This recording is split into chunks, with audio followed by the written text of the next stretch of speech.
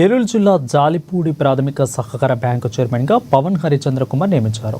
ఈ నేపథ్యంలో ఈరోజు ఆయన బ్యాంకు చైర్మన్గా ప్రమాణ స్వీకారం చేశారు. దీంతో పలువురు కూటమి నాయకులు ఆయనకు అభినందనలు తెలిపారు.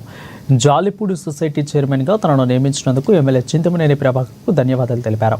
ఇక సొసైటీ చైర్మన్గా ఈ ప్రాంతంలోని రైతులందరికీ న్యాయం చేస్తారని హామీ ఇచ్చారు. సొసైటీలో త్రిసభ్య కమిటీగా తనతో పాటు కోడి రామకృష్ణ, నందిగం రమేష్లు ప్రమాణ స్వీకారం చేశారని తెలిపారు.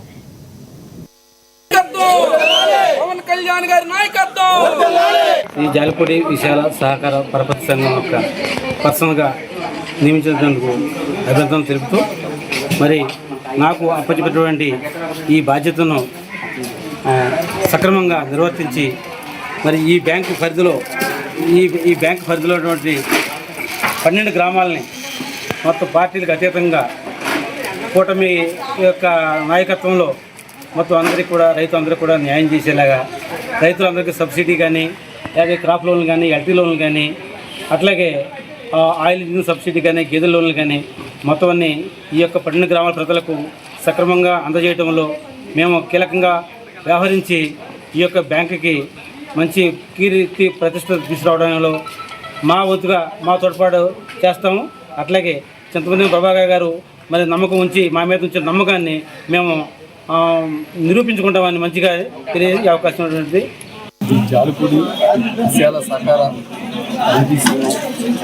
జాలిపూడి సొసైటీ బ్యాంక్ నేను చైర్మన్గా ప్రమోట్ చేసిన చింతమనేని ప్రభాకర్ గారికి, మా ఎమ్మెల్యే డైనమిక్ ఎమ్మెల్యే పవన్ పంపిస్తున్నాను అధిష్టానానికి అని కూటమిలో ఉన్న మా దిగులూరు నియోజకవర్గ ఇన్ఛార్జ్ ఘంటసాల వెంకటలక్ష్మి గారు కలిసి కూటమి ప్రభుత్వం నన్ను ఈ సహకార బ్యాంక్ చైర్మన్గా ఎన్నుకోబడ్డాను. ఈరోజు ప్రమాణ స్వీకారం చేశారు.